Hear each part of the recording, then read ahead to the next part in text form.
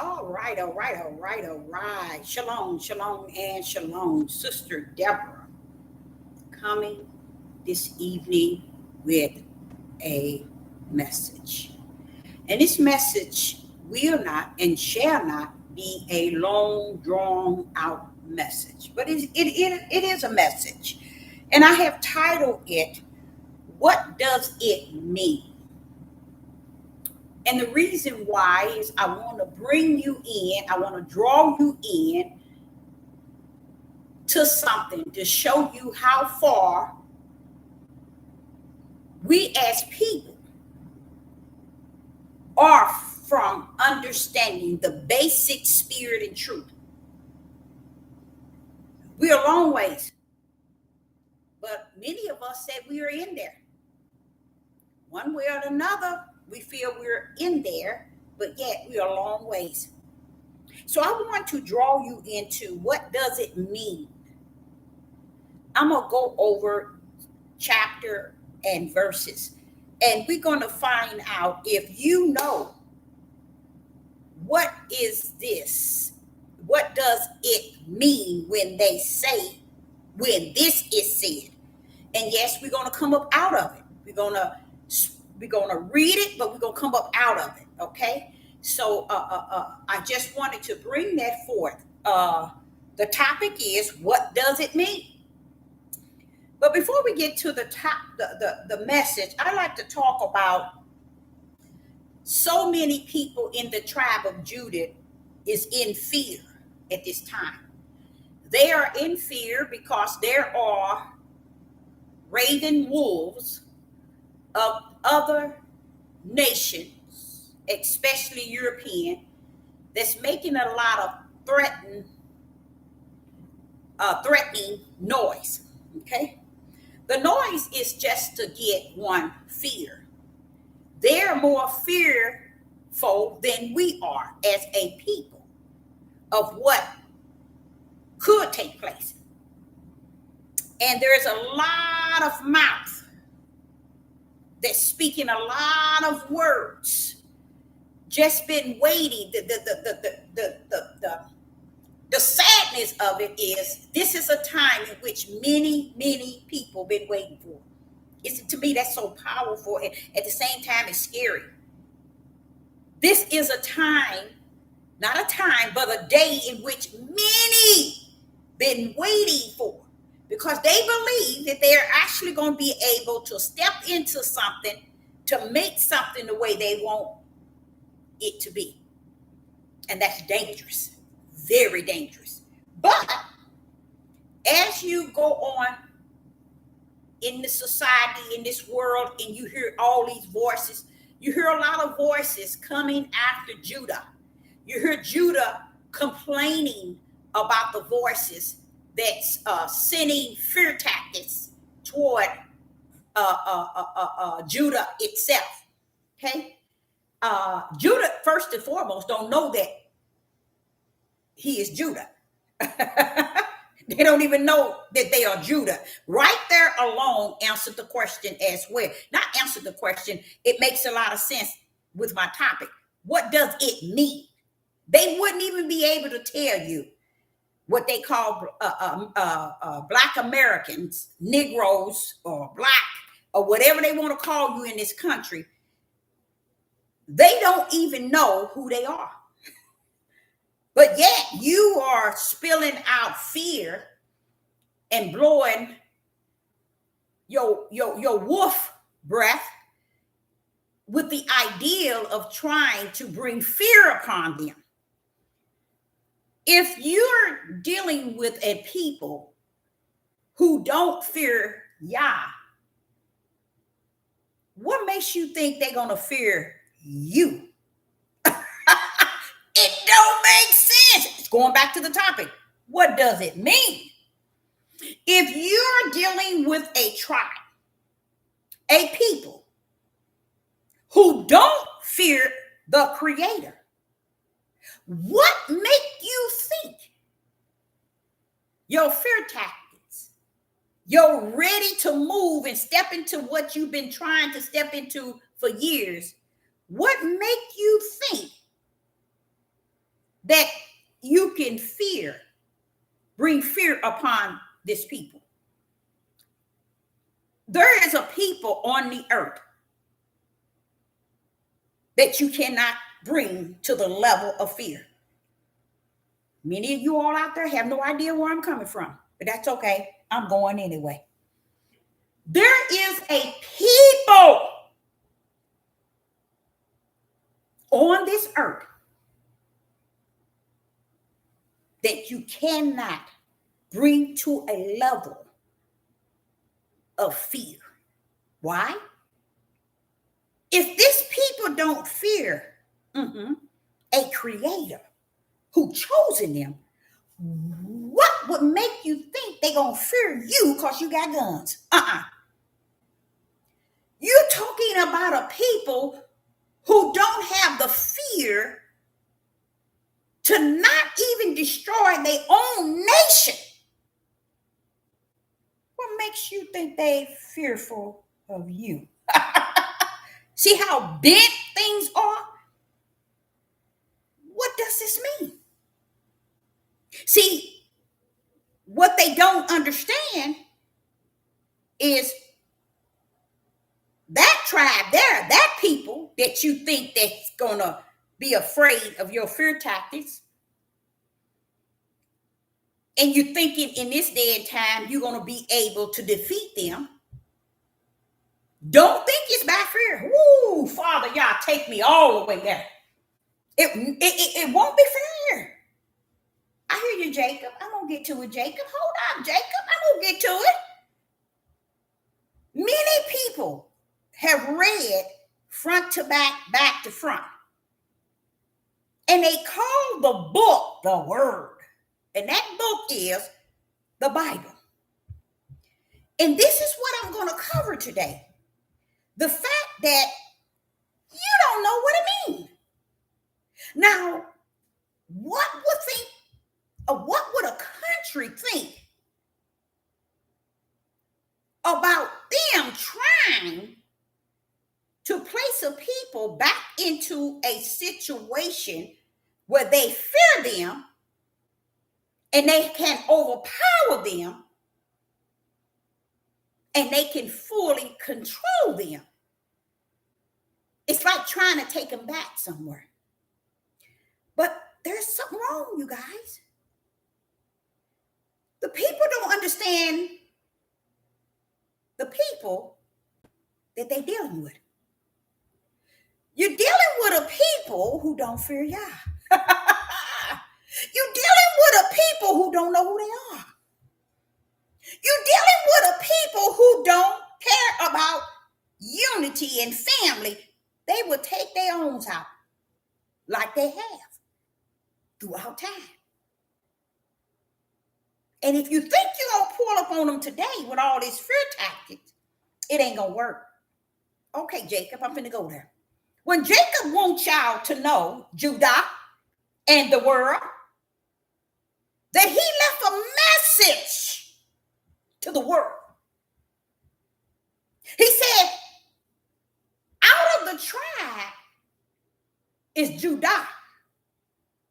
That's my son who will have his hands in the neck of his enemy. That means there's no way this fear tactic is going to work with the Europeans in this country, thinking they can get Judah to a place they once had him. Woo, Father, yeah. So, well, you know what? We might understand Jacob's trouble now. You know, and it didn't start today. You get it? Because of what I'm about to tell you. Jacob had already said Judah is the one that's going to have his neck in his enemies, his hands in his enemy's neck. Always. That means Judah going to fight back. Somebody in trouble. See, these Europeans don't know about that. They don't know about Jacob, Abraham's, Isaac and Jacob. the lineage of Abraham that was the seed of Yah and is the seed of Yah, left a message with Judah. You're going to have your hand in the enemy net always. So if you think today is a day where you can take from them, you can break them, you can bring the fear, it ain't gonna work. These are people, let me tell you, they don't even feel it. They don't even fear they create them.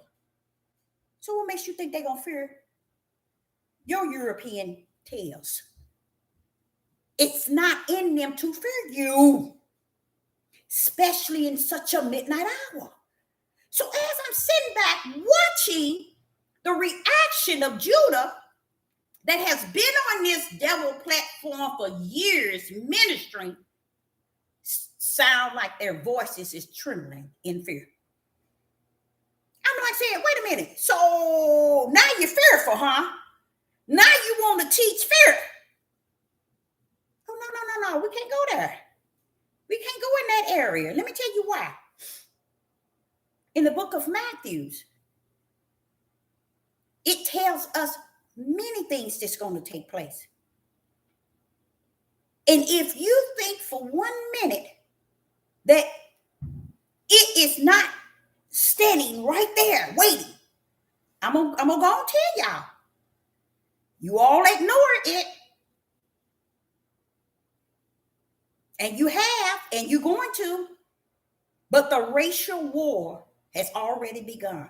And it didn't start yesterday or today or when Charlie Kirk or whatever his name died. No, baby. This has been in the making for quite some time to roll over into this day that we're in right as I speak. This need be. This must come to pass. So what? You don't understand it. Nobody cares. So what? You didn't get it. So what? You don't. So what? Judah missed out because they don't know they Judah. So what? You think y'all gonna come back down with another Messiah to bring some knowledge to Judah? No, he ain't. He just coming to get what's his. Everything else gonna be left. So go on play if you want to. Go on think you got the upper hand over the Most High Yah. You're gonna find yourself lost with the cause and without one. So let me tell you what he did. In Matthews, he talked about nation against nation. Sister Deborah I've probably done 25 or more videos regarding nation against nation, kingdom against kingdom. There you go. It has to happen and ain't nothing you can do about it.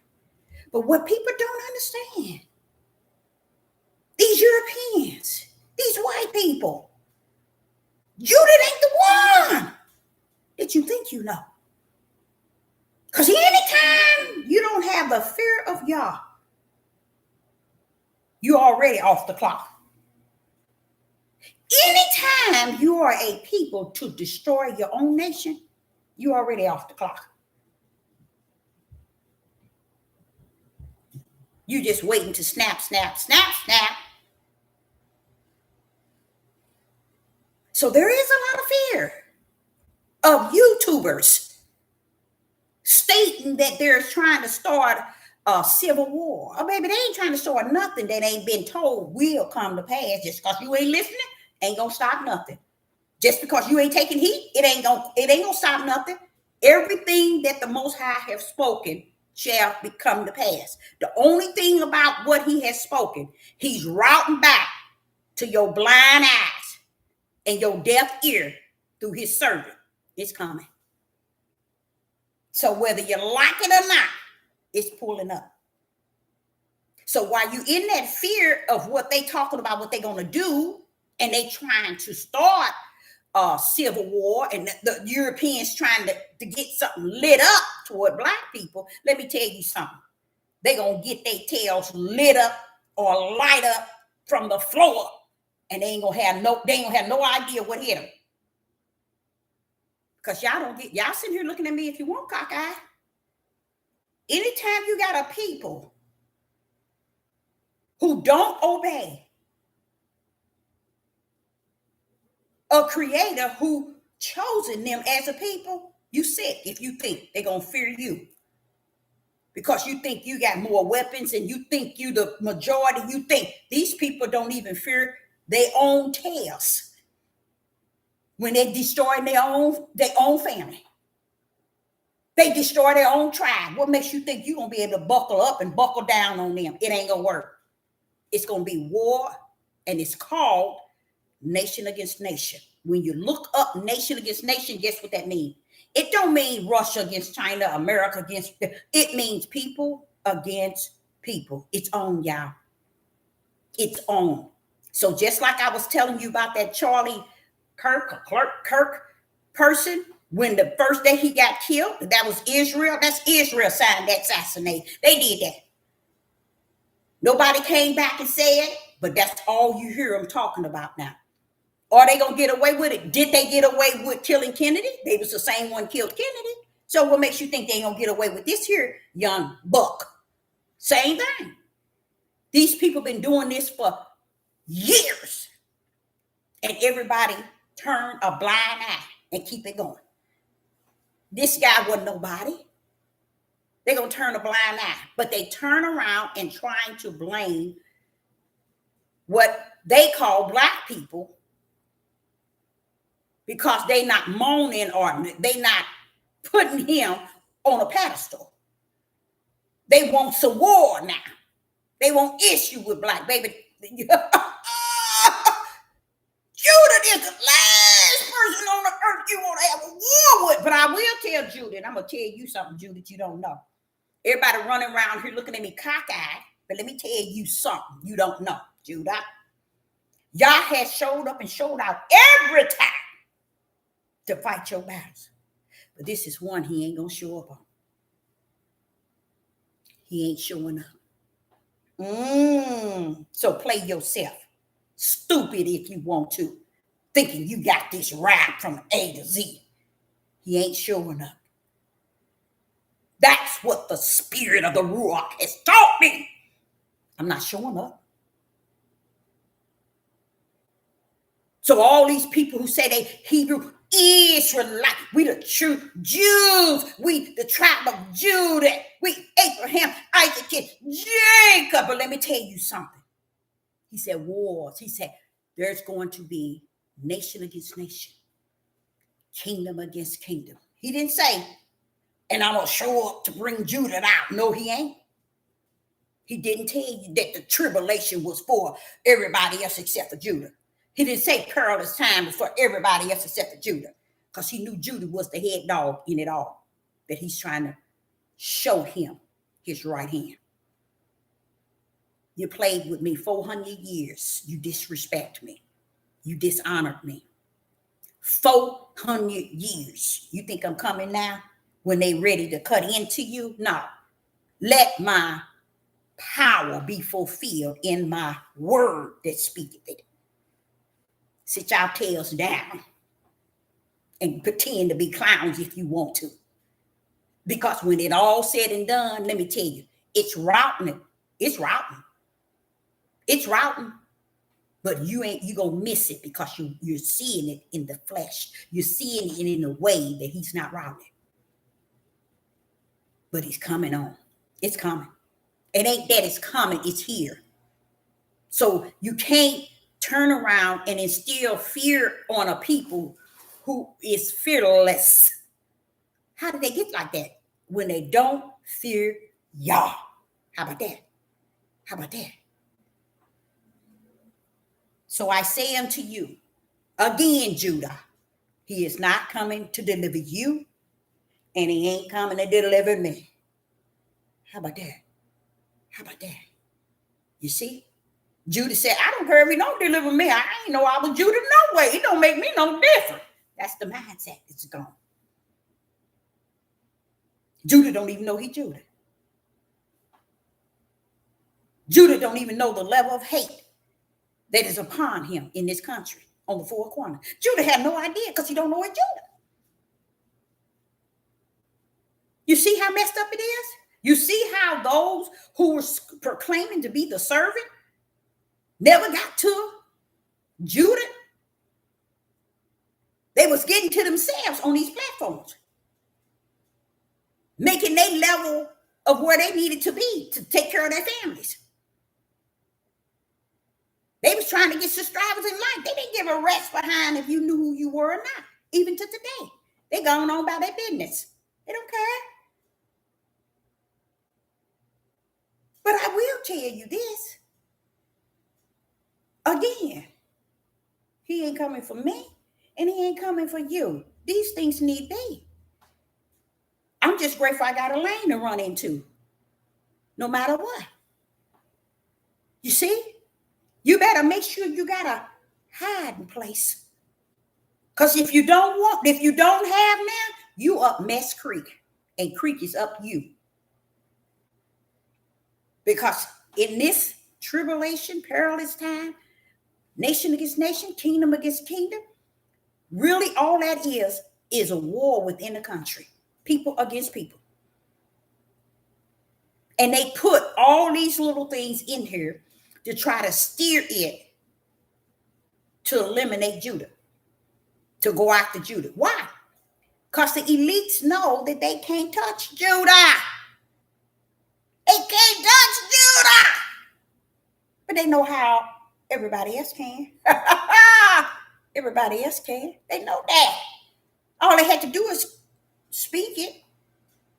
Meaning make you think that these people are doing something to you and ain't doing nothing. And you feel that they doing something because your own Europeans got you thinking that these people done something to you.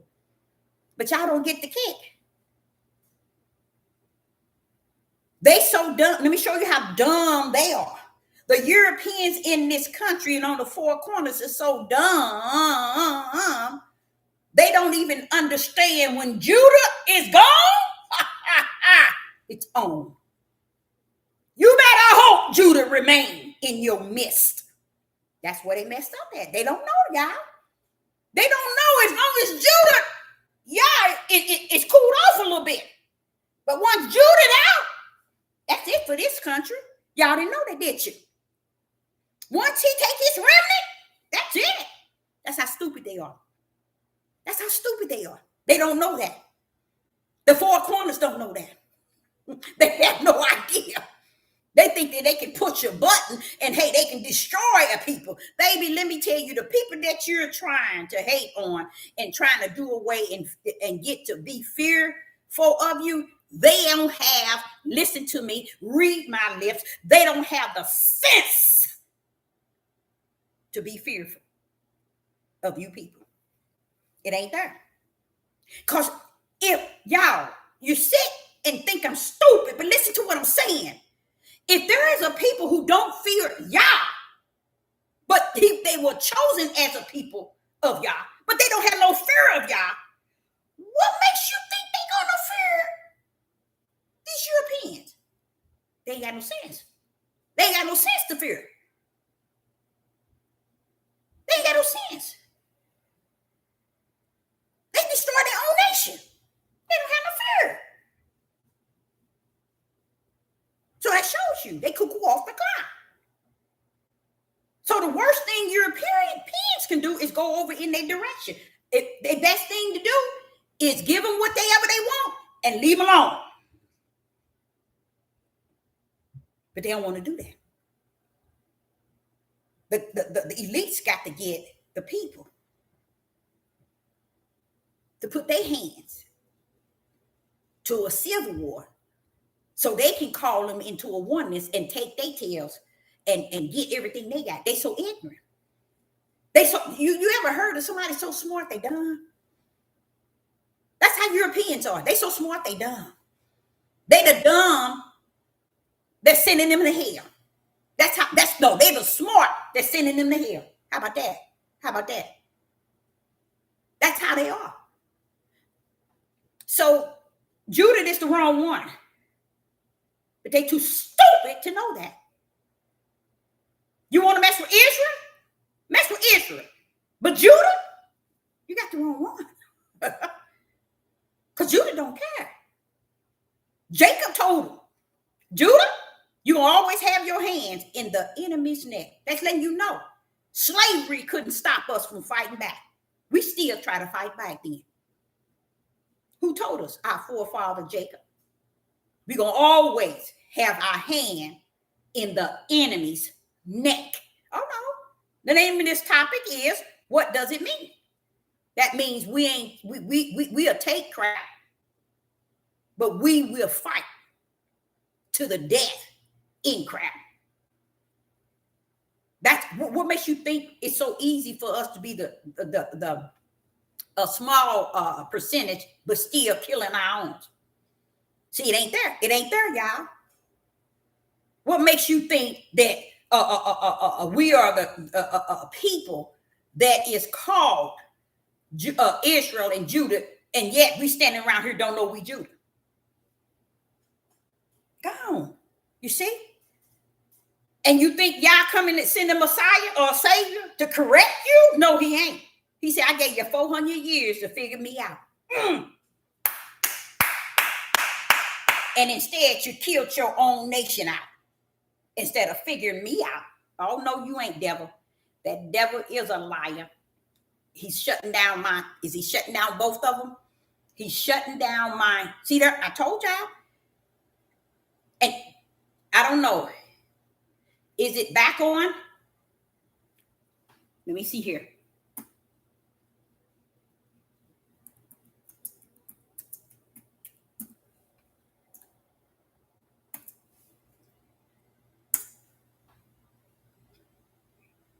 Let me see here.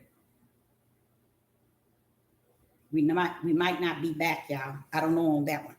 But yes, that's what that's their ignorance and their stupidity. They think they gonna baby, you got you know, if there's some people had to fight, you know what I tell people? Judah ain't the one. You want to fight Israel? Go over there and mess with Israel. I ain't talking about Israel over in the land. I'm even talking the house of Israel. You want to fight them? Go ahead. Don't go fight Judah. Judah don't give a rat's behind. They're going to fight back. They're going to fight back. Even Jacob knew that. We got one of the silliest brown-skinned women in the world. Not only is she silly, she's the dumbest black woman on the face of the earth. She's the dumbest black woman on the face of the earth. Her name is Candace Owens. You all gonna see her lose her life. She's gonna lose her life. She done stepped totally out of order.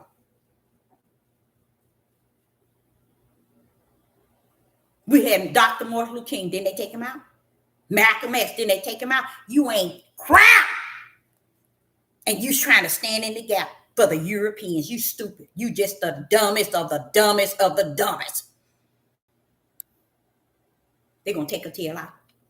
You think they're going to have a hard time? So what, your husband is a millionaire or whatever. Guess what? His tail can get lined up as well with the elites. They'll line his tail up. And his whole family too. But the way she's rolling, she's going out of here. She's going out here. The reason why I say she's the dumbest woman in the world, which she is, and I know she might appear to you all, oh, she's so smart, she's a fool. Anytime a woman has 3 or 4 babies, I ain't talking about big kids, babies, it's no way you be out there fighting for Europeans. That woman is gone. But she wasn't gone today. She was gone yesterday. But you all are going to live to see her lose her life. Because she's all totally 100 times 1 million out of order. She's so ignorant. She don't want to know she's Judah. She thinks she's European. Because you married this European, that don't make you European. That don't make the European see you as European. When you finish, they're going to still see you as a nigga. Just making a fool of yourself. You think that they're going to take Charlie Kirk and leave your tail? The warning of Charlie Kirk was for all those that does exactly what Candace Owens is doing. It should be probably about 6 of them going after Israel at the same time, at the same measurement. That young guy was assassinated to show this country, keep talking about Israel if you want. Keep coming out your mouth, even to the president. That's how they rumble. They ain't ashamed.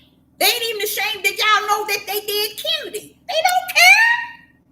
I don't know what, but see, this is why I say that Judith messed up, because y'all gave them 400 years. Y'all think y'all gave you 400 years for nothing? He gave you 400 years just to come to the conclusion, wait a minute, there's something bigger than everybody. They didn't never come. You look at it now and you even see they don't even know they're Judah. People don't even know who they are. If you get a million of them and everybody say where they from, they'll tell you, turn around and tell you, I'm from Africa. Wait. They don't even know they're Judah. And you notice that y'all left them there. Why? Because they didn't have a heart.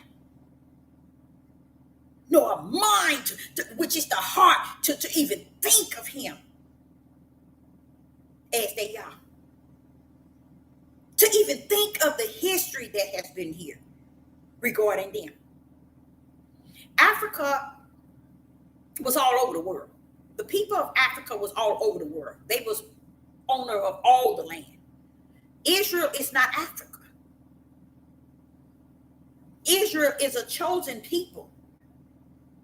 And Judah, y'all didn't want us to detach ourselves to Africa because Africa was all over the world. But we were a separate people, set apart. 400 years, past 400, and we still don't know if we're going to come. Let's get to the topic, okay? What we're going to do, but like I said to you, the Father wants you to know that he ain't coming to deliver you, okay? He ain't coming to deliver me either. So you run around here thinking that you can stand in the world, and then you thinking at the last minute or when it get to the point where I can't handle it, then I'm going to call. No, baby, he said he want to let you know, yeah, you're 400, past 400 years. So don't think you can go to him like your doorbell and ring it and he going to open the door. You got him bent, not just up but down as well. But the topic is, what does it mean? The topic is, what does it mean? Because the meaning of so many things. Wait a minute. Let me see. I believe. Okay. Hold up. I got to do this here.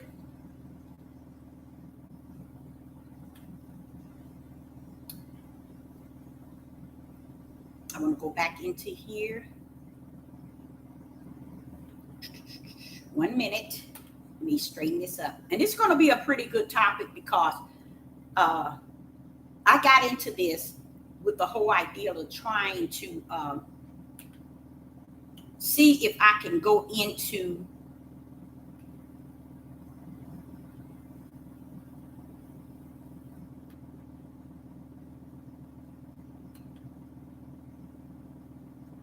let me cancel this out right quick, you guys.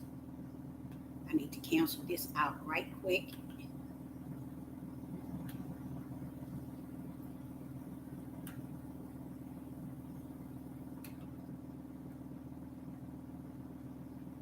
Create in me a clean heart that I may worship you. That's been on my heart all day in my spirit. Create in me a clean heart that I may worship you. Because, and guess what? Can't be done. I was singing that song and not so said the Most High Yah Why would y'all tell me not so? Anybody know? Why would y'all say to me not so? When I was singing that song, I was feeling really good. And I'm like, okay, I'm asking him, create in me a clean heart that I may worship you. What is he saying to me? Not so. What do you think he said? Why not? Why wouldn't y'all do that for me? Why wouldn't he? Anybody know? Let's see what they say. Because we don't have the heart of the flesh yet. I don't know about that one. That's what we have. We have the heart of the spirit, and we have the heart of the flesh. But when I was asking him, because I want him to really work with me on these end days, and I was singing to him songs that I used to sing, create in me a clean heart that I may worship you. Now, why wouldn't he do that for me? Why wouldn't he do that for me, y'all? Why he would not create in me a clean heart around my now? Y'all want me to tell you why? Real good reason why. The reason why y'all will not create in me a clean heart, because it's already appointed. Oh, let me see it. That's right, on the other side. There you go. You got it. You answered it. There it is. That's why he can't do it. That's why, not that he can't, but he will not, because of that same reason. He's going to, on the other side is where he's going to give you a pure heart. See, it's not on this side over here, y'all. That's why I tell y'all, these ways that we are living in this day and time, we better be careful playing with him. Because what we're going to deal with the release for us, the peace and the all the other things that he's going to give us after we get on the other side. You see? So while we over on this side thinking we are holier than thou and thinking we can play with him and lower him to the lowest degree, baby, we don't know how messed up we are on this side. It's when we get to the other side. And did you know it's not when we're on our way, when we almost there? No, baby, when you get and you enter into that ground of holy, then will he start to clean your filth, put a new heart in you. And then he says he's going to put another flesh heart in you. He's going to put his name in you. He's going to put a new spirit in you. Tell me he ain't going to do all that. Oh, yes, but he ain't going to do it now. So he said, Deborah, not now. So I just let him know that when your will be done, but I just want to just continue to serve you, Father, y'all. That's what I want to do. I want to continue to serve you. So let's get into this here topic here. It's what does it mean? And I'm going to show you how we can be in, but far away. Okay, let's go to Matthew's chapter 16 and verse 13. In the book of Matthew's chapter 16 and verse 13, let me see if you know what this means. Many of you all probably have heard me speak on this, but I want you to see how you can be so far from, you can be so close, but yet so far. Okay, so in Matthew chapter 16 and verse 13, it reads, when Yeshua came into the coast of, of Syria, what's that, Caesarea, Philippian, he asked his disciples, saying, who do men, you see that men? So he asked him, who do men say I, the Son of Man, am? What do he mean? What do you mean? Listen to it. Whom Yeshua said to asked his disciples, whom do men say that I, the Son of Man, am? say this to you all. This is where you know this religion called Christian does not represent Yah. Because they got this thing messed up from the floor. They never had it right. I'm going to be honest with y'all. They never had it right. But what does this mean? When Yeshua was saying this to his disciples, who do men say that I, the Son of Man, am? Anybody happen to know what that is? Shalom, shalom. Anybody happen to know what that is? What that means? He's asking his disciples.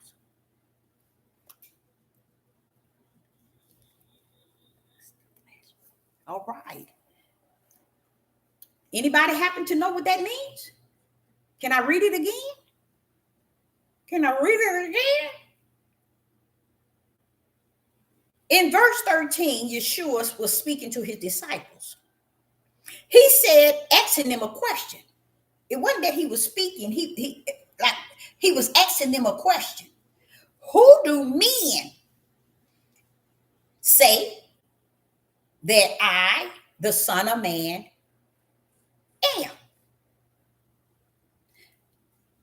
This right here lets me also know how Yah has totally 100% separate his servants from many. Because he's saying something here. And I brought this up because when I asked the question of questions that people have a hard time answering, this was one of them.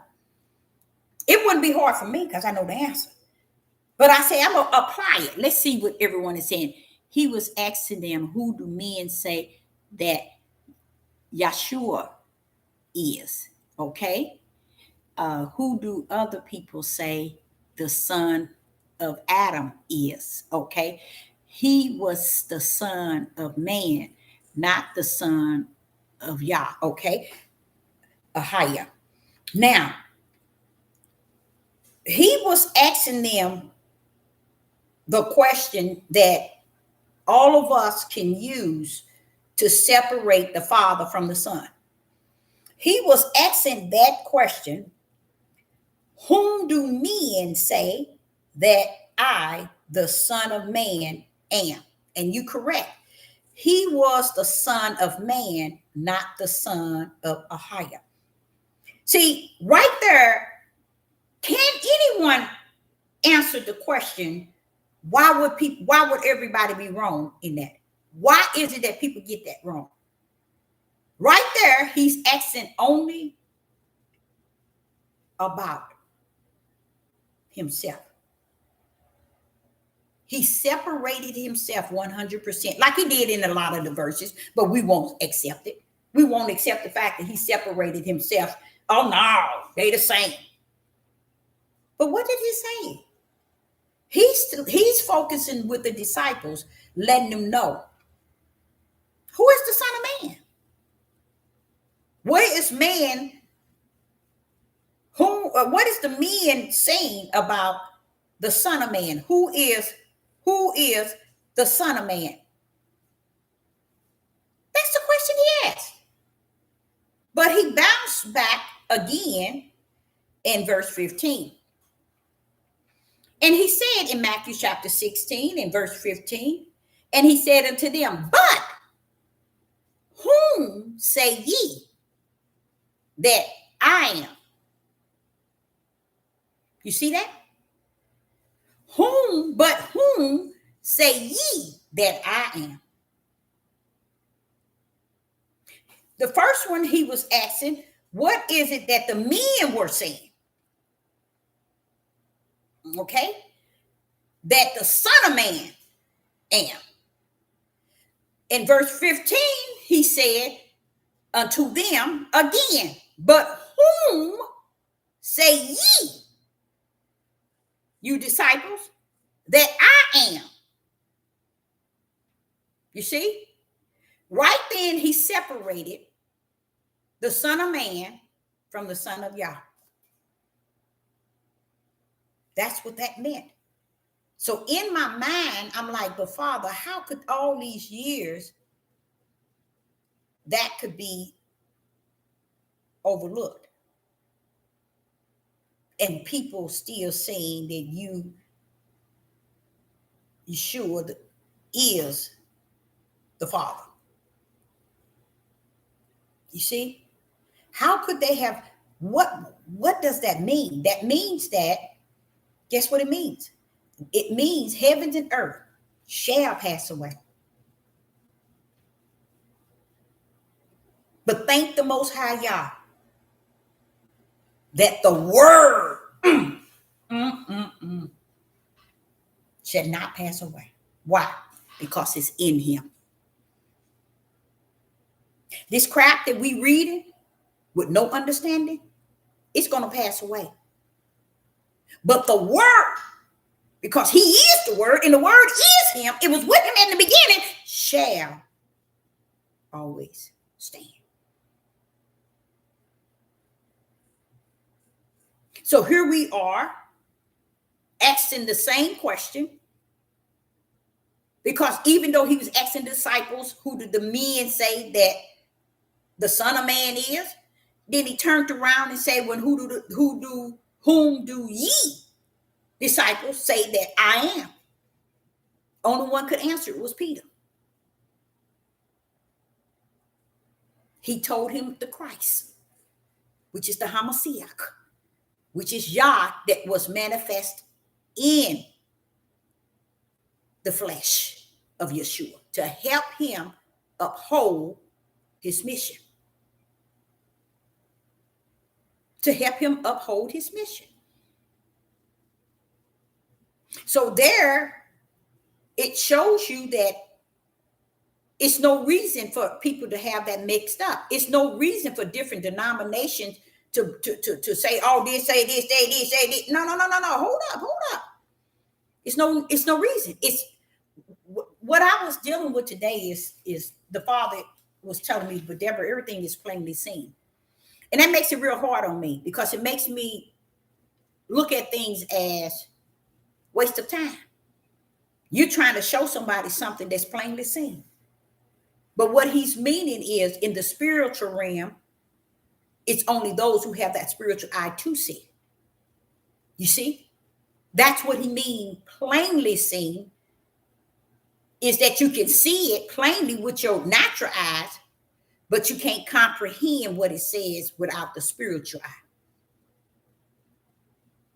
You see? And this is why you end up with so many beliefs and so many denominations, is because they can see with their natural eyes, but they can't understand without the spiritual understanding, which is a spiritual eye to see what is before them. They can't see it.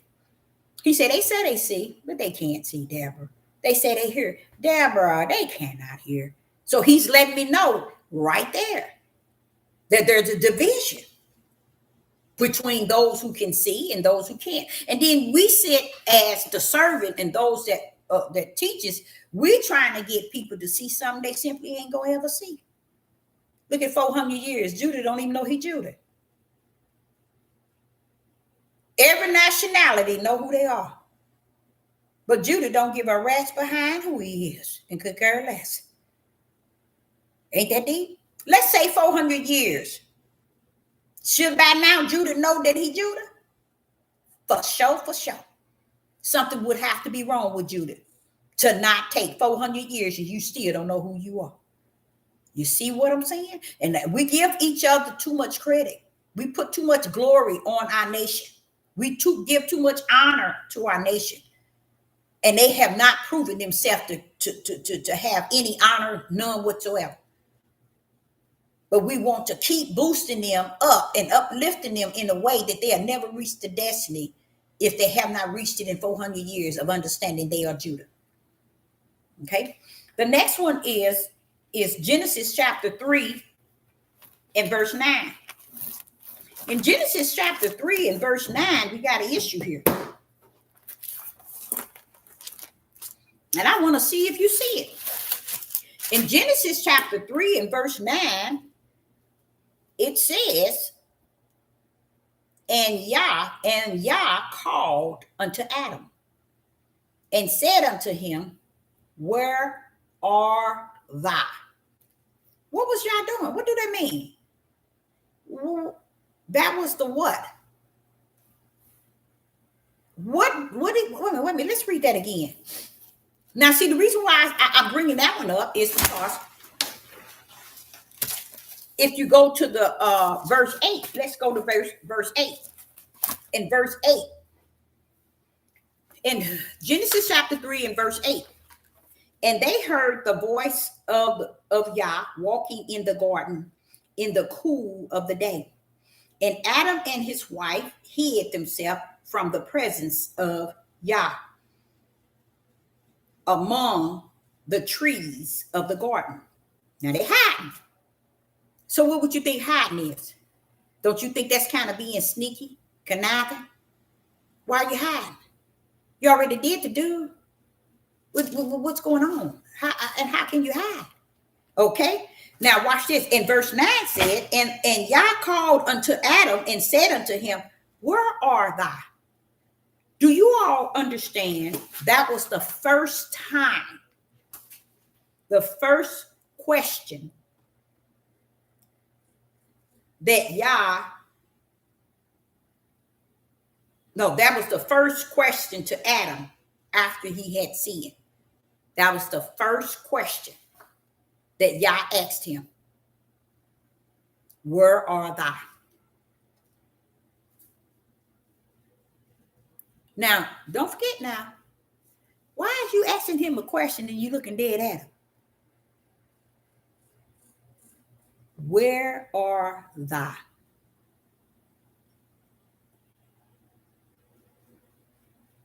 You're looking dead at him, so why are you asking him, where are thou? That was the first question that Yah asked Adam. Okay? That's after he had sinned. Yah never asked Adam a question. That was the first question he asked him. Where are thou? Adam's first question from the Most High Yah. And what did Adam say? And he said, I heard thy voice in the garden, and I was afraid because I was naked and I hid myself. He wanted him to express his sin on that thing. That's why he asked the question. Did Adam clearly answer the question? No, I don't think he did.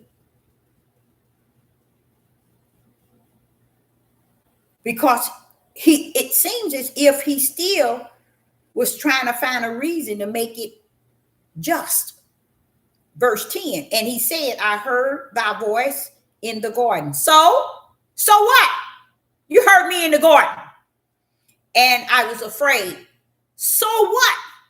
You're afraid because I was naked and I hid myself. But what was the question? What was y'all asking him? Where are thou? Where are thou? Did the question ever get answered? Can we say that the question was answered?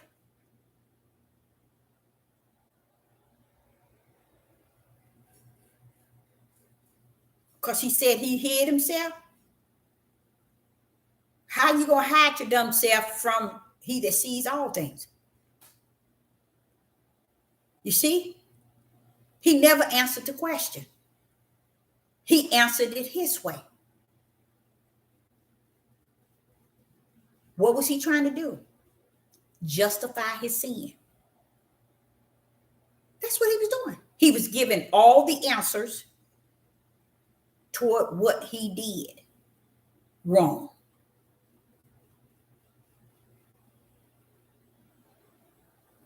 First thing he should have said, I'm here. Here I stand, Father. Knowing he sees you anyhow, you wouldn't justify him. You all, if you really look at that, that is like man, Adam and Eve. But that's just like seeing how off the clock they were. One thing that bothered me, and the Father never did, yes, he did. Yes, he did. Let me not say no, he didn't. Is the what bothered me was why was man seeing identified by nakedness? My neck, I was naked. He ain't tell him when I did this wrong, or I disobeyed, or I did what you told me not to, but I was naked. Oh, you can answer that. You see, you look at all of that and you realize that man didn't have sense. He came here like that. When he said, bone of my bone, flesh of my flesh, he didn't tell you he gave you her flesh. She got your flesh. And just because there was a bone said don't mean it was literally a bone. But when you say bone of my bone and flesh of my flesh, you didn't birth her. Cain and Abel, now Cain was birthed from you, from your seed. But Eve didn't come from your sperm. So how is she your flesh? And why would he let you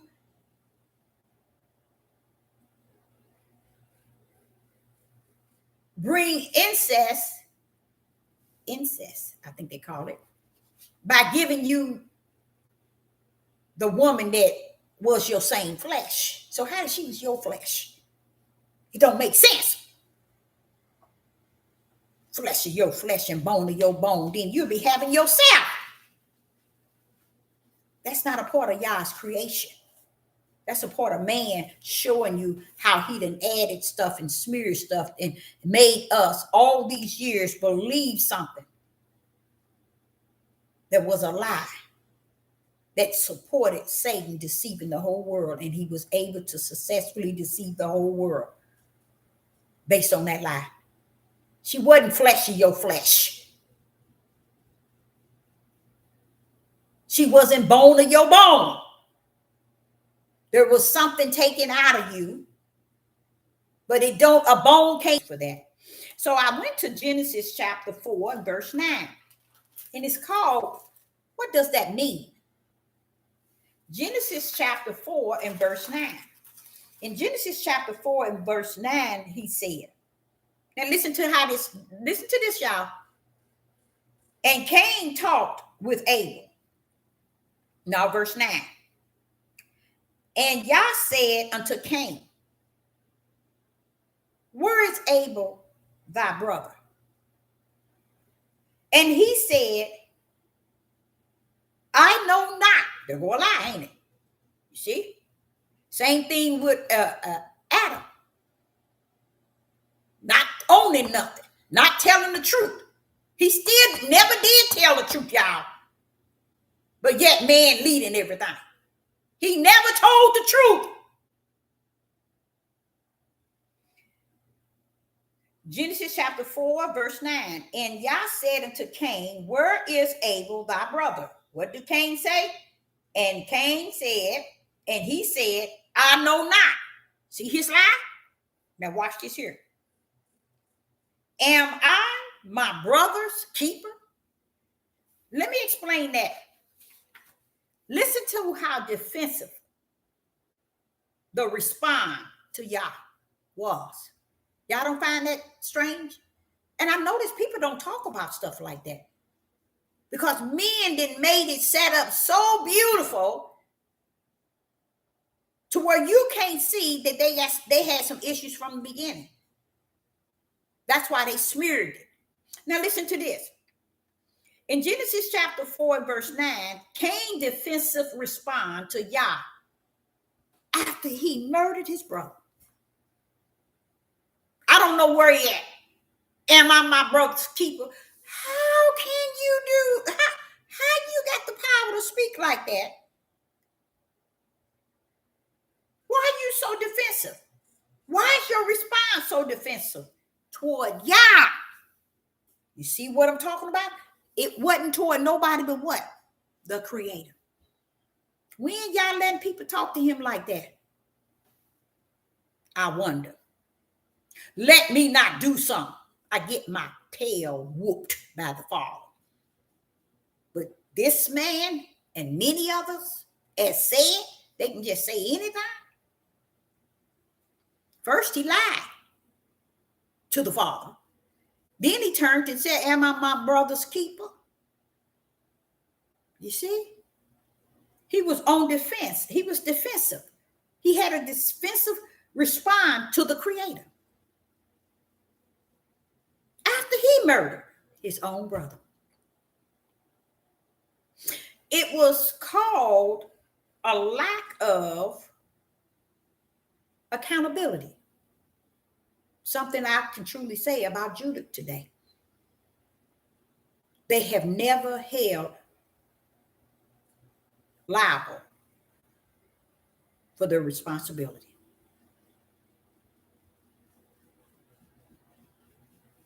For his action. I didn't see Cain ever being held accountable for his action. And then he had a defensive response to the Most High God. What does that mean? It means a lot.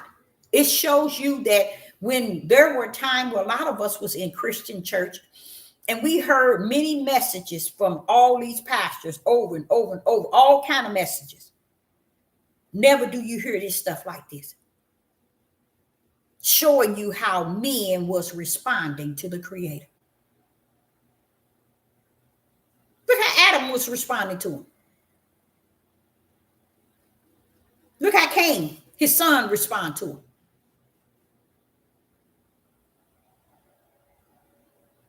But the moment woman listened to the serpent, everything got flipped. It don't make sense. It doesn't make sense. But the only sense it made is when the Jesuit switched the part. It made it the woman, the fall guy, the fall for all human beings. They did it. But as you go on in here, you can see that was never the problem. Why didn't y'all put the woman first in? Why wasn't y'all putting woman, since she brought in sin? She made sin come upon all mankind. Why was men constantly? Why is Cain killing? And being sarcastic or defensive respond to a Creator. So if you sitting here thinking I'm crazy when I'm sitting here telling you Judah ain't got no sense, Judah ain't never had none. Judah is Judah and don't know he Judah. That's like me being a female and don't know I'm a female.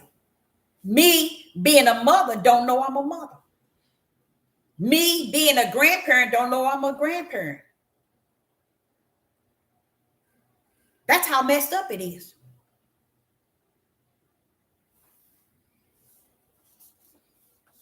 In Genesis chapter 4 and verse 9, look how Cain responded to Yah. And still didn't hold, and still had lack of accountability. After he killed his brother. I don't know where he at. Am I supposed to be my brother's keeper? Bro, you just killed your brother. You just murdered your brother. How could you talk to the Creator like that? Think y'all, I'm just trying to get y'all to see, what does that mean? Really, what does it mean? Something wrong with that picture, ain't it? Just think of that. All the beginning creation totally disrespect the creator himself. So you see how it didn't start today. You see? It didn't start today. This stuff been going on since the beginning of time. Okay? Your thing is in that microwave up there. Okay? So let's go to another one. We got another one here in Mark. The book of Mark, chapter 8, verse 36. In the book of Mark, chapter 8, verse 36.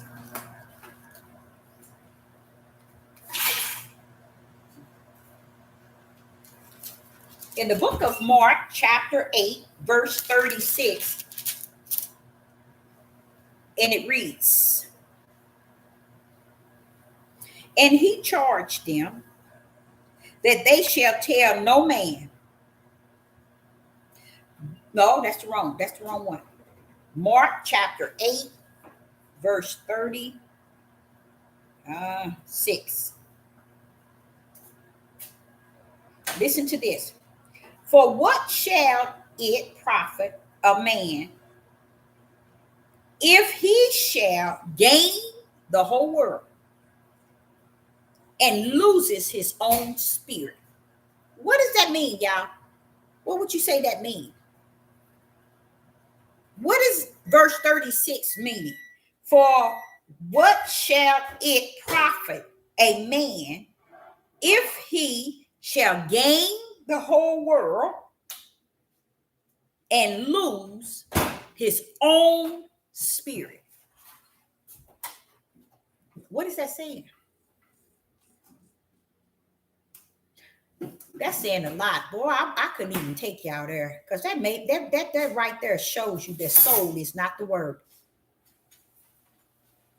Soul is not. It's not it. It shouldn't. They never should have used the word soul in any book.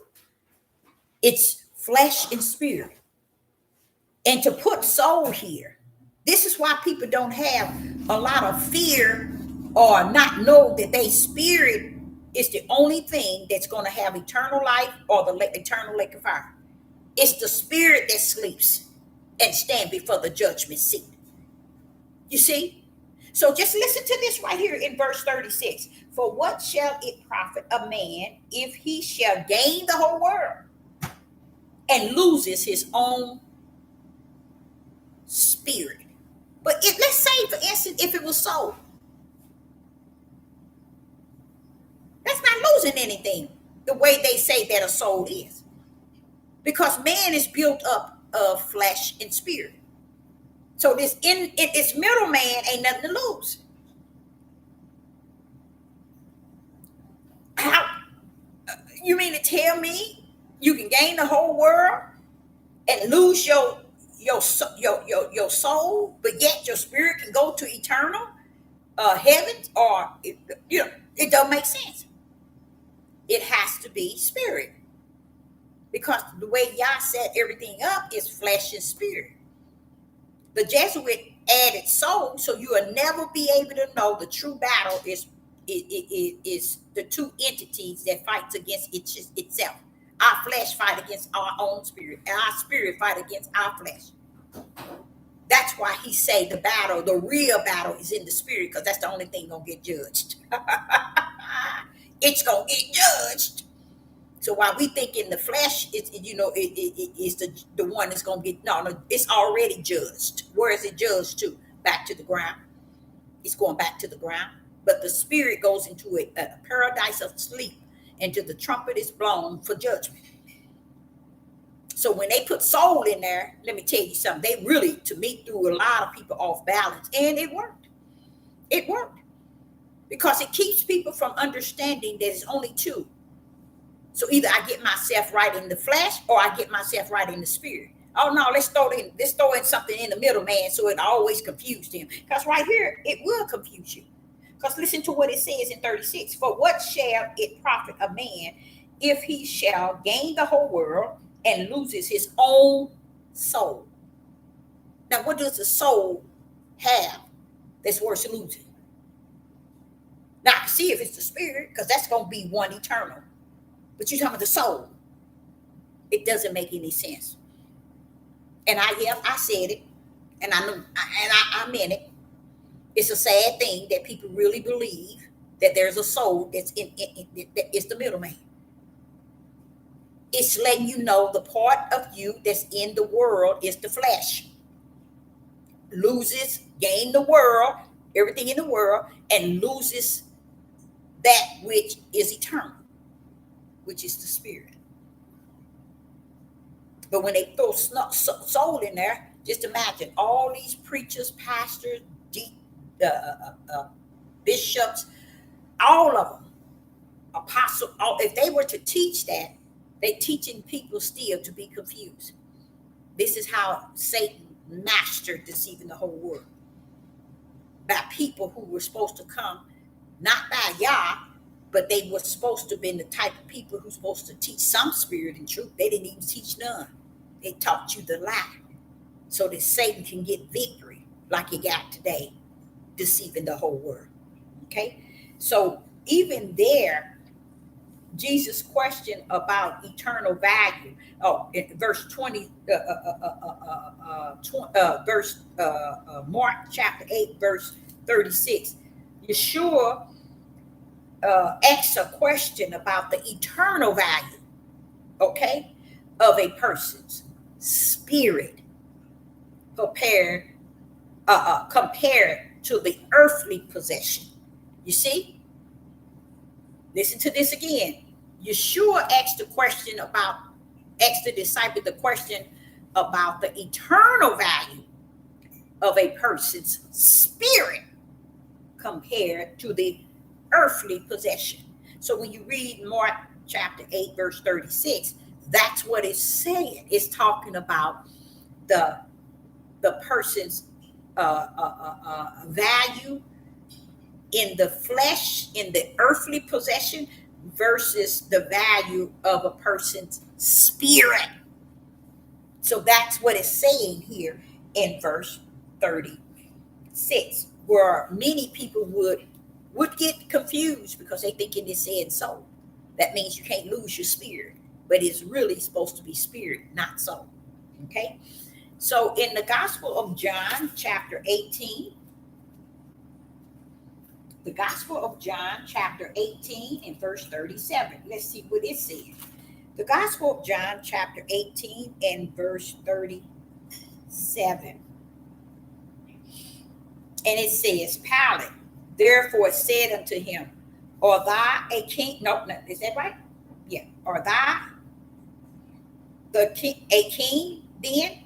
Yeshua answered, Thou said it that I am a king. To this day was I born, and for this cause came I unto the world, that I should bear witness unto the truth. Everyone that is of the truth heareth my voice. Now you see what he just said? He just showed us that everybody is not going to have the truth. But they got to hear the voice to know the truth.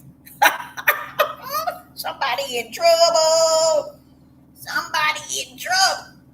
You have to listen to what he says. He said, everyone that is of the truth, hearing my voice. You see what I'm saying? This is why when Sister Deborah said what Yah, when he's speaking to me, and he's speaking to me from my spirit, from his spirit to my spirit, he's speaking to me. And then in me, I'll be trying to figure out, don't everybody get that?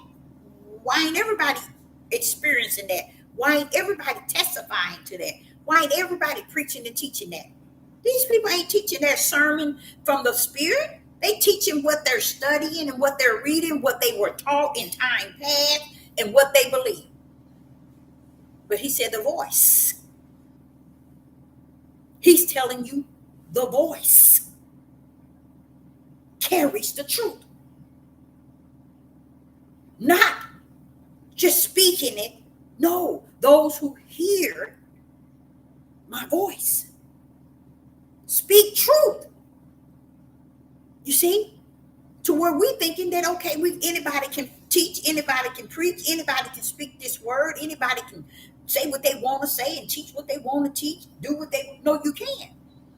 Here he's telling Pilate, he says, Thy said, Pilate said to him, therefore said unto him, Art thou a king then? Yeshua answered, Thou said it, that I am a king.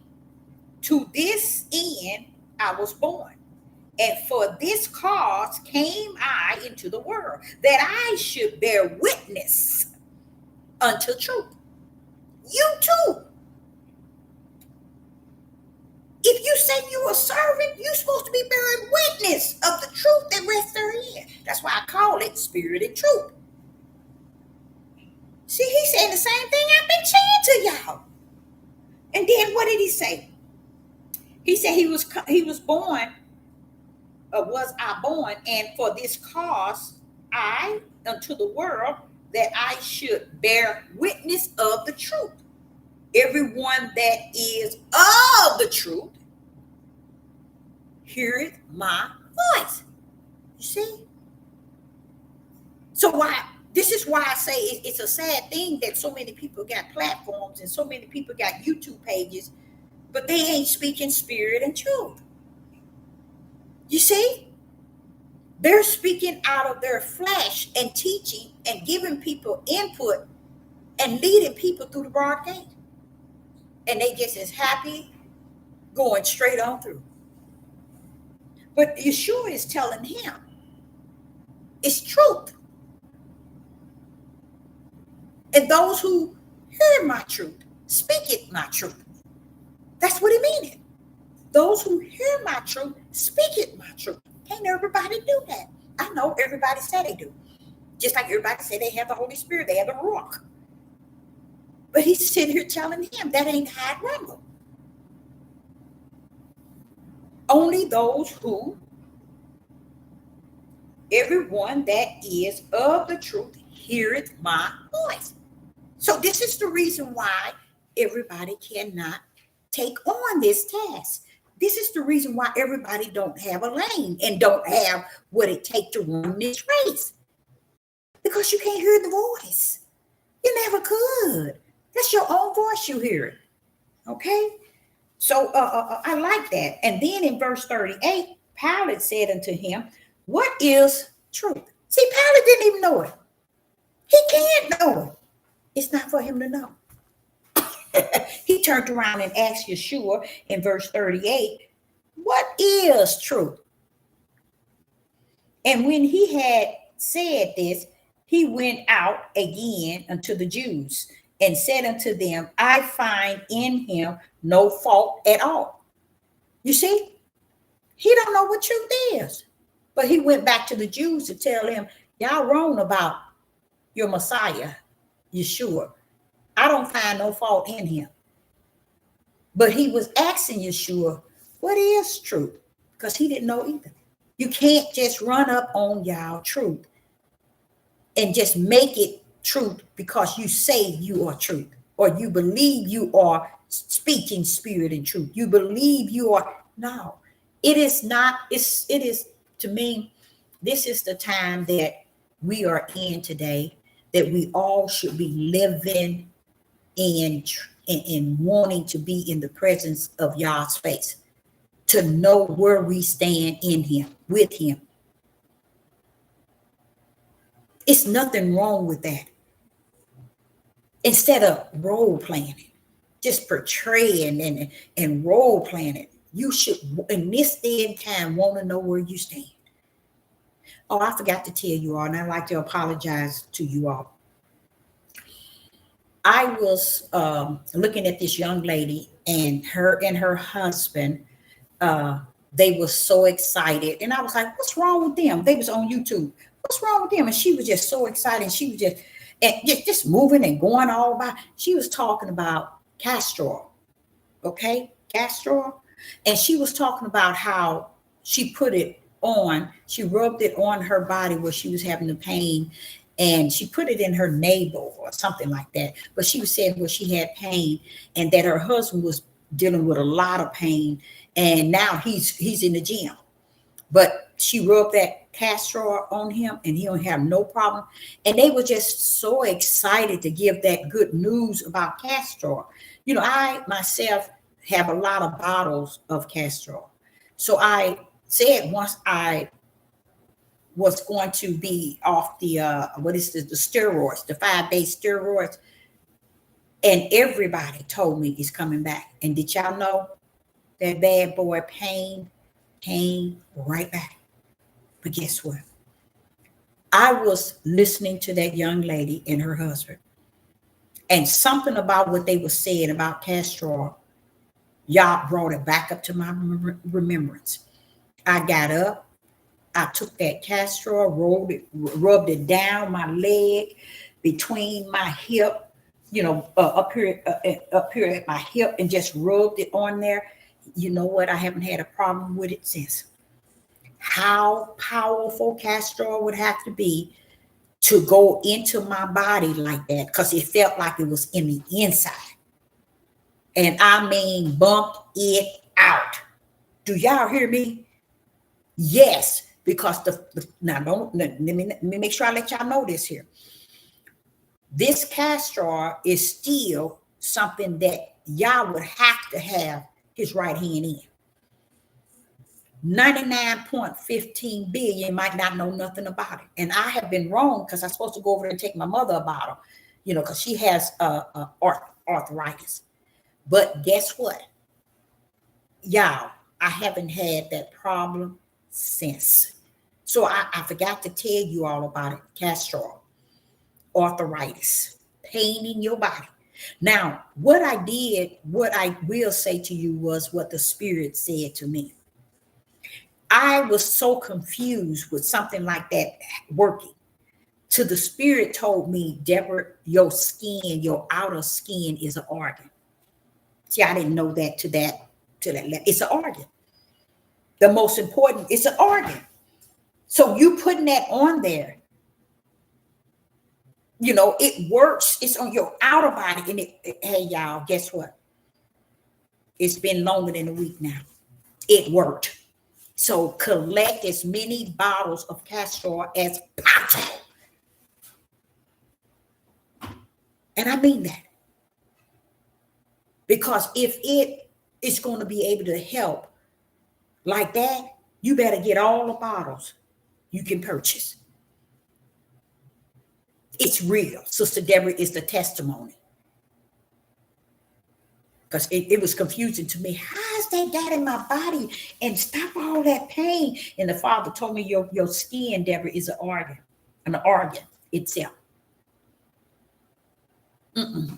Matter of fact, it's a very it's a very powerful part of your whole body. It's an organ. So I'm like, I don't know how that happened, but it did, y'all. It worked. It worked. I mean, like, really, really, really worked. So I just wanted to make sure I let y'all know. In your emergency stash, put as many bottles of castor oil away. Okay? Because it really works. And what if that is the case, it has to be a form of arthritis or something in your body, whatever it is. I don't care, but I tell you, it works. Okay? So I keep saying, I'm going to tell my people, I'm going to tell them, and I'm glad I got an opportunity to do that tonight. So I want to go through this other verse, and it's John, the Gospel of John, chapter 19 and verse 11. And it says in the Gospel of John, chapter 19 and verse 11, and Yeshua answered, though could it not have no power at all against me, thou could it not have no power against me, except it were given from above. There goes Yeshua doing, what did he do? What did Yeshua just do to you? Show y'all. Deborah, I just showed them I separate myself from the Father. Why is the world taking him to be the Father as one, the Father? Yeshua just separated himself from the Father. Just like the other verse we read. See how he does that? But do they believe it? Do they accept it? No.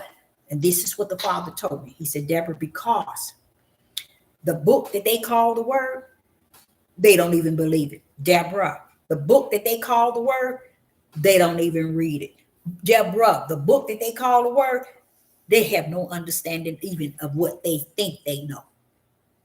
I'm like, it has to be like that, Father, y'all. Because they ain't gripping nothing it's saying, even if they say it is. And it ain't. Just listen to this. Just listen to this.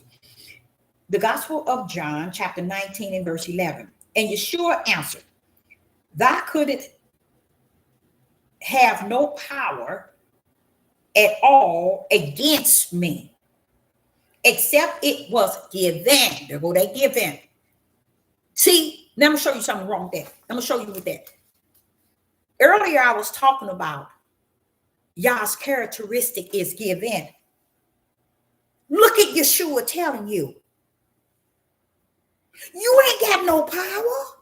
And if you do, it's all because the Father given it to you to do what you're about to do to me. That's some sort of power. You see what I'm saying, y'all? Yah's power is his word. His word is the power. And all that his power bring forth and give and create is what the word speaketh. And Yeshua is showing you right here that me and my Father are separate. He's telling, who is he telling? Pilate. You ain't got no power to kill me or do anything to me. Except my Father, what did he say here? Above. Except it was given to you from above. You see what I'm saying? There go Yeshua using the word given. And Yeshua didn't just say it once. It's all up in here. Everything he was talking, he always explained to us. The Father has given, and given, and given. This is showing you how when the ball was dropped, it was dropped, and Yah says, leave it there. Don't pick it up. Just leave it there. Just leave it there. They ain't gonna do no with it no way. Just leave it there. So I come up and hear the year 2025. Now it all makes sense. The ball is still down. They still don't know left from right. Okay, so here it is. He said it were given from above. So Yeshua is telling Pilate, you don't have the power to kill me, destroy me, unless it was what? Given. I told you everything about Yah. The number one characteristic is he is a given spirit. He is a given creator.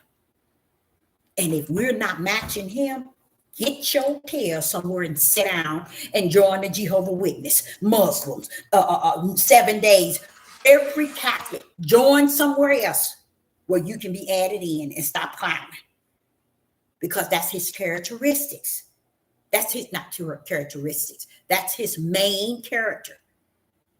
Here's Yeshua telling Pilate, you ain't got no power to destroy me or to do anything to me except the Father giving it to you. That's the characteristic I try to explain to y'all. That is who the Father is. He can't be what we want to make him to be. If we don't accept him to be a given creator, sit your tail down and get somewhere and sit down. Stop climbing. Stop pretending. Because that is what he is. So what? It ain't who you are. But it ain't going to change who he is. I'm not ashamed of that. I'm not ashamed to tell y'all that that's who he is. I'm not running away from giving and gave just because you lost. With the cause and without. I'm not going to run from it. Because he told me himself. I don't need you to tell me. If he done told me, what you think I'm supposed to be looking at you and believing you over here? No, he been with me for too long. Since I was 4, why would I be listening to you? But I tell you what I do. I stand on any mountain and proclaim that I know that he is. That's his characteristic. That's his character. That's just who he is. We want to make him, oh, he's so loving, so merciful, he's so gracious, he's so this, he's so that. But you fail to realize the ball was dropped a long time ago. You don't know, you ain't gonna never know who he is. Because you don't want to match up with him. That's why. You don't want to even stand side by side to be a little bit like him. That's why Yeshua kept trying to get us to understand. It ain't me. It's all that the Father has given me. It's all that the Father has given me. Letting you know, even those that's supposed to walk side by side, he gave me that. He has given it to me. He led us through. Yeshua, throughout all the book, he talked about how Yah has given. And we don't want to know him like that because we're a long ways from that when we're supposed to be Christ-like. Yeah, a lot of y'all didn't know that, did you? You thought you're supposed to be Yeshua-like, didn't you? No, you're supposed to be Christ-like. And if that ain't in your heart, like he told Pilate, only those who hear truth know it's truth. It ain't for everybody. It's only given to certain ones. Okay? So here in 11, that's what he said in 11. And then he says, he's telling Pilate that you ain't gonna do nothing to me. You ain't the power at all that against me. You don't have no power even against me, except it were given thee from above. Now, was it given to Pilate from above? Was that power given to Pilate from above? Do anybody know? Was that power given to Pilate from above? Yes, very good. Yes, it was. And who gave it to him? Yes, it was. Who gave it to him?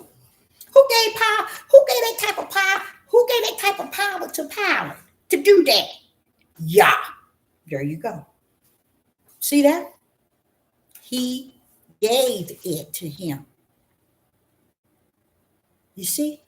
And even Yeshua was telling them, only if Yah gave it to you. I like that.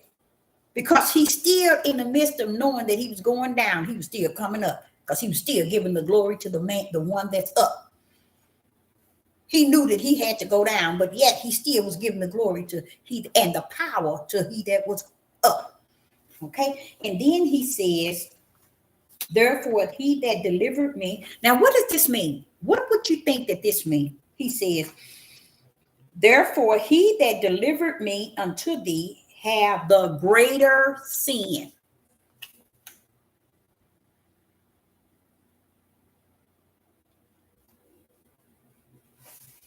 What would you think he would be?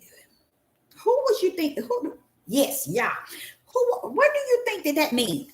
What does that mean? The Gospel of John, chapter 19, and verse 11. It says, therefore, he that delivered me unto thee have the greater sin.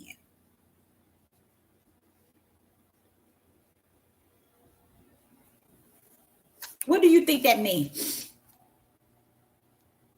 Okay, he was referring to the house of Israel. Okay. Someone said Satan. Okay. So we got the house of Israel and we have Satan. As I look at it, I wonder. Because he made it almost like it was an individual, as if Judas, Judas. He says, therefore, he that delivered me unto thee have the greater sin.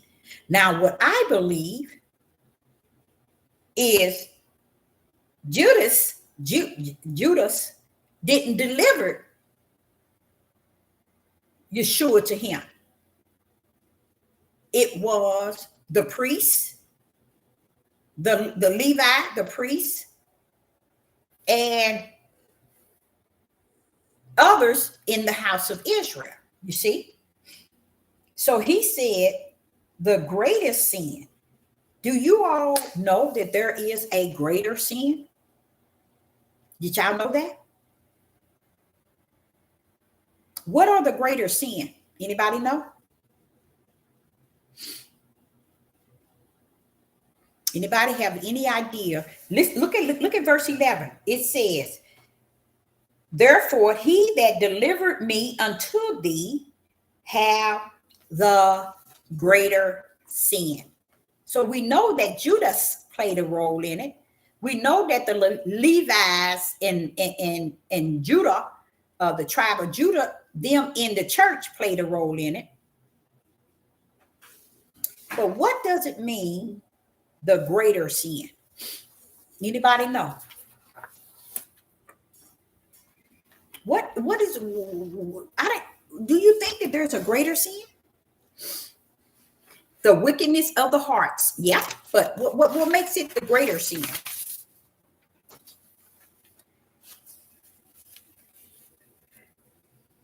Someone says,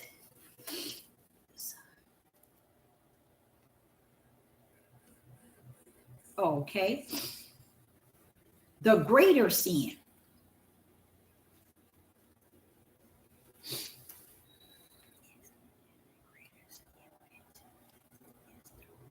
One that blasts. I've heard that too. I've read that against the Ruach HaKodesh.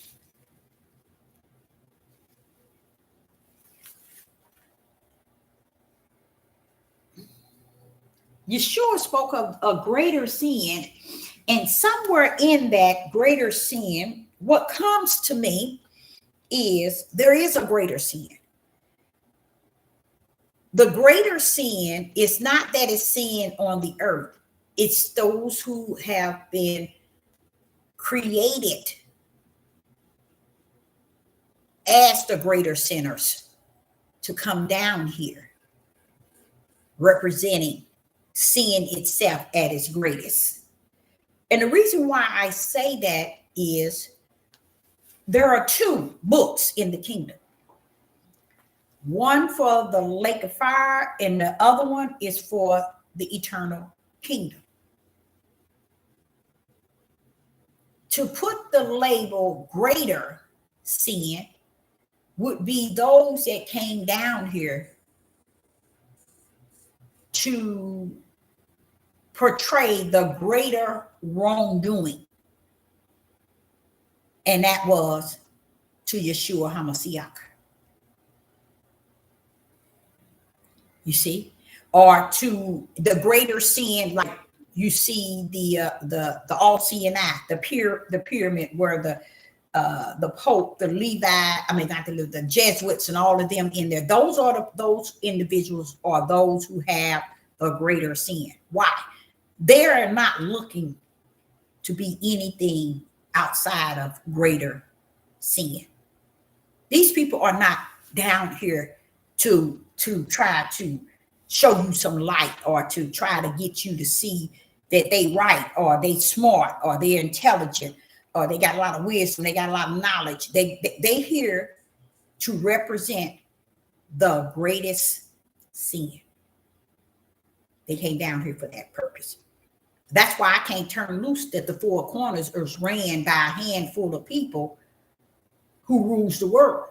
But yet they're a handful because they're ruling the whole four corners. Like the Jesuit, just like Israel, the fake ooze over there. They sent that hit out on that young man, and ain't nobody said nothing. And they know they did it. You see? These are those who hold the greater sin. They're not going to stop. They purpose. Okay, you know how Sister Deborah said, I got a lane to run in? Well, their lane is to do the greater sin on earth. You see? That's why people always talking about the Illuminatis, and they talk about the elites. They talk about those who, a secret society and all of that, because all it is a people that's doing the worst of the worst of the worst of the worst on the face of the earth. I believe that is what you call those who come down here to do the greater sin. They doing from pedophiles, sex trafficking, using children, organ trafficking, cloning.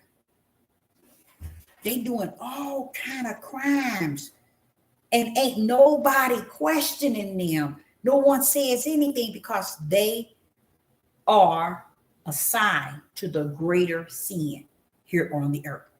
Because my thing would be, and I'm for real, y'all, I could actually get in this mood to where it hurts me so bad that he's allowing them to get away with all this stuff. And why? Because I'm seeing it so clear. But it's because he gave me the endurance and the long suffering, saying, okay, you see it for what it is. You know who they are. You know they come down here to do this. So here, long suffer that thing. Endure that thing. See, you don't endure in long suffering, unrighteous, wicked, and evil. You endure and long suffer, knowing the wicked and evil from the righteous. But it ain't nothing you can do about it. So you just got to long suffer that thing. I'm telling you, it is off the chain because and I've been doing that since I was a young person. At nighttime, just thinking about how are you letting these people get away with all this stuff? And even with me, I would turn around and ask the Father, well, why would you let them do me like that? You ain't gonna, and it's, hey, I don't care if it is family member. I don't care who it is. I ask the Father, well, why would you want them to do me like that? Why are you allowing them to do me? I sure will. Why? Because I see it so clear. I'm looking dead at it for what it is. But guess what? So what? You can't do nothing about it. You just got the long suffering. You just got to endure it until it becomes something that need be, and you just know that it's nothing you can do about it. Just it'll be okay. Now get in your lane. You see, because that's just how much stuff is out here, and the more and more I sit back and I'm gonna be honest, the more and more I sit back and think about all this stuff, and I'm like saying, Father, this doesn't make no sense. And I was in the tub earlier, and I'm trying to think about what it was, and I was asking my Father, why is it that it's meant for me to be on this side by myself, and everybody on this side is against me, but I'm the one that's not in all the things that they're in, doing all the things in the darkness, just doing all kind. I'm not there, but yet I'm set aside. But why would you allow them to be okay and to be in the situation? It was a big thing. I was in the tub and I was just thinking about how you just allow them to get away for so long with so many things, and still here it's been years and still getting away with it. Hey, I don't care if it's family, community, jobs, it just any and everything. You be trying to understand why y'all has allowed them to do these things. And when you get on YouTube and you see certain things happening, and I don't know if y'all paid any attention to all these young men that they're lynching. Oh, they getting them. And Judah ain't got a care in this world. So what? They don't have and that's the sort of stuff I've been trying to figure out. I said, Father, they doing it in broad daylight. Everybody doing what they doing. You see, it just these are the people who carry the great sins. And they come down here to display their sin at its greatest. And it is really hard for me because I'm like saying, but Father, why'd you let them do it? Why are you letting them do this? And why are you letting them do this? And yes, I do. I don't care what nobody say. He told me, if you're not, what I'm knocking for if I don't want him to answer. He told me if I seek, I'm gonna find what's just me seeking if I know I ain't gonna find what I'm looking for? He said, ask. What's this asking if I know he ain't gonna answer? So you gonna have to ask him these questions. You ain't gonna be able to ask just people the question because they ain't gonna have an answer. So you got to go before the throne of the Most High God. And every time he'll give it to you, but you got to get somewhere and sit down with it. Because it ain't nothing you can do about it. So you learn to endure in long suffering. That's what Yeshua did. That's how he lasted 30-some years. He could have put his hand and knocked and killed everything in front of him and back up on every side of him. But what? He said to stare down. And said not a word. And endure in long suffering. What do you mean? He was 100% righteous. On the earth, 100% unrighteous. He said not a word. He long suffered that bad boy. He endured that bad boy. And didn't say a word. This is where many people have no idea you need to be. You need to be in this type of mindset in the spirit, the spiritual mindset, especially in this day. And like I said, it's many of people that are in fear for what is to come. Oh, people get scared. They are getting scared. They've been on this devil platform, now they're getting scared. I said, no, you ain't. You've been teaching these people all this trash, and now you have the nerve to be scared and fearful of what they say, a civil war? Sit down. The war should be on you first and foremost. You've been on this devil platform teaching a lie all this time. But let me go to the Gospel of John, chapter 18 and verse 11. Let me read that right quick. The Gospel of John, chapter 18 and verse 11. Let me see what this is saying. I want you to hear this. 18 and 11. Then said Yeshua, put up your sword into your shaft. The cup which my Father hath given me, shall not I drink it? Ooh, wee. He's telling Paul, who was that? He was telling that to Simon, Peter, Simon, put away your sword. The cup, listen to this. He told Peter to put away his sword, because he had poured his sword on the one of the soldiers that came to take Yeshua away. He tells him to put it away. Listen to what he said. He said, put away your sword. Now watch this here.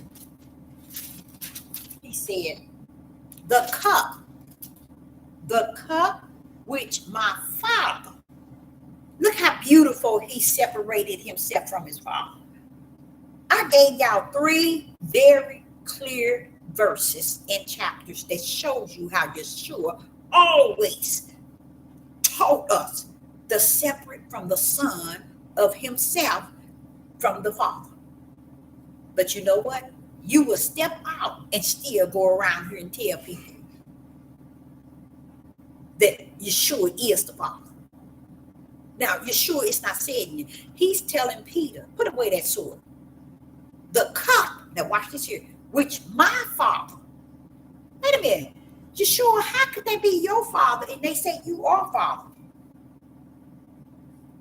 This is what he was explaining to me. They don't even read the book that they say is the Word.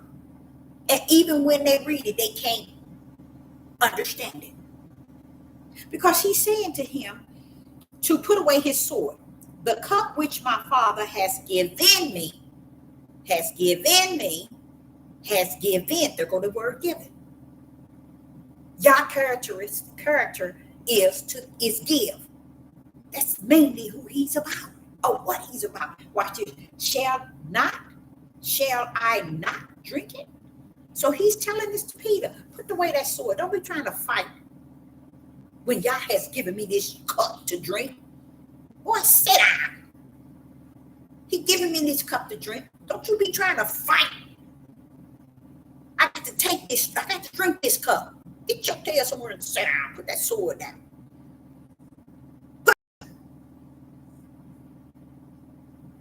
This is, I have to drink this. Why? Because it was given to me by the Most High Yah. You see? Yah wants you to know his character is given. And if our hearts are not there, so what? Your heart don't have to be there. It's just not who you are part of. One thing that's beautiful about the Father is he orchestrated everything from the heaven already. Just as Yeshua, we telling them, he has already given. It's already done. So we can sit and say we matches Christ and the way of Christ. We walking. You know how it tells you walk in the Spirit? Because if Christ is leading you, you're walking in the Spirit. But how are you walking in the Spirit and you don't match the way of the Spirit? And whose spirit are you matching? Your own, your flesh. And this is what people are called up from the floor up in doing. And honestly, it is okay in this day and time. And I'm gonna make sure I say this the way I know it. Let me say it like that. It is okay. It is okay. It is okay. This is coming strictly out of the prophet of the Most High Yah, a servant of Yah, mouth. It is okay to live, to walk, to talk, and to go on your way the way that you have. It's okay. It's just who you is, who you are. You came down here like that. It's no need in trying to change it. You are who you are. And you're going to return based on who you are. So it's okay to be who you are. In no way that you're going to step in to the bosom of the Father as if he don't know if you're his or not. I know. A lot of people say, when I tell you what, sister, I cross that bridge when I get there. You want me to tell you something? Go right ahead, cross that bridge. But guess what? You're going to see something before you cross that bridge, baby. You're going to see what was prepared before you cross the bridge. Because that's the mindset. He says it's going to be like the days of Noah and like the days of Lot. You think people care about that? They could care less. You could be on this devil platform teaching for millions of years, spirit and truth. They could care less. Why? It's not in them. As I was just telling y'all, the greater sin is those who are assigned to do greater sin toward Yah's elect, toward Yahweh, toward his body of Hamashiach, toward Yeshua when he came. Those are the ones that has the greater sin. Can it be your siblings? Can it be your children? Can it be your parents? Can it be your husband? Can it be your wife? Yes. Y'all don't run nothing from the kingdom. The kingdom already ran it. He finished before he even started. And we down here thinking we are running something. And we ain't doing nothing but, like I say, running your bowels. Because you can't run him. That living that you living, if you are not a representative of who he is, what he stands for, y'all, I think that we need everything in the body of Hamashiach needs to come together in a oneness. Everything. From prayer warriors to healing to teaching to preaching to humming because you can you can usher in that spirit. Oh, yes, you can. All the gifts need to be manifesting us one to another, leaving room for everybody gifts, because you can't be it all, and having the respect for each and every last one of individuals' gifts. What I'm seeing is what I'm seeing. The fear in the battle is real. I see already that all the countries, I think I gave it to you. I did. I don't know if I gave it to you. All the countries are right now, no, it's not on this paper here, coming together for battle. Everybody's trying to get into the one world system. And they have no idea. You protesting, that's all it's about. We need a one world system, y'all. We need a one world system. We need a one world government. That's all it's all about. And they have no idea that's what it's all about. It's bringing everything into a oneness. But the only way they can get it into a oneness, they got to get you to act a fool. They got to get nation against nation and kingdom against kingdom. They got to get you against the government, the FBI, the CIA, the police department. They got to get you all fighting one another so they can jump up with the one world system. Say, hey, ho, let's get under this. And then what everybody say? Yeah, y'all, it's time for us to get under the system. That's how they going to get everybody under the system. But you can't get them under that oneness till you're able to break them down right where they at. That's why it's a lot of protests that's going on in this day and time, from even Europe to everywhere over the world, around the world. They're protesting. All is a plan of the one world system. The one world system. The one world system. Anybody have any questions or maybe even answers? Anybody have any questions or any answers? We give all glory and honor to the Most High Yah for who He is, who He was, and who He's going to be, because I believe that we're there. And the thing about knowing that we're at a place is to know that He's still in control. But we ain't in a place that makes us feel like we're comfortable. A lot of people wants to be in that comfort zone. No, it's too much going on. It's too much going on to try to make everything appear to be in that comfort zone. You see? Too many. And that togetherness is so important, because, like, for instance, when I was in the church, I was one of the prayer warriors. I was one of the counselor. At that time, they thought I was a pretty good prayer warrior. I didn't think I was, because that's not something I thought I was called to. But we got people who know how to bring the kingdom to the surface. You see, we got people who know how to use the power of healing in the way that the healing is given to each and every last one of us through the Holy Spirit. But we got those individuals that knows how to pour out, or to bring that power all the way out to the forefront. It's so many things that is within the body of Hamashiach, and you don't see. And I know it. These platforms is not the answer, y'all. It's not the key. They're not the answer, and they're not the key. They're not the answer. It's the distraction.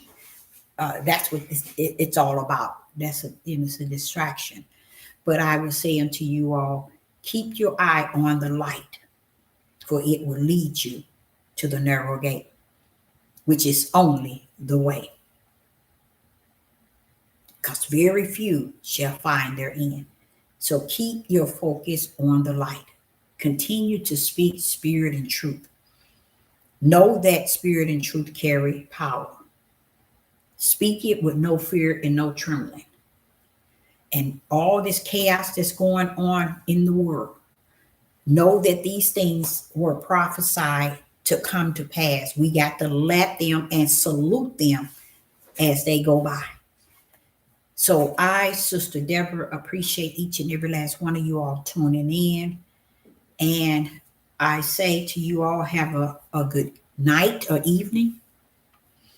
And I will be back. And I say unto you all, shalom and shalom.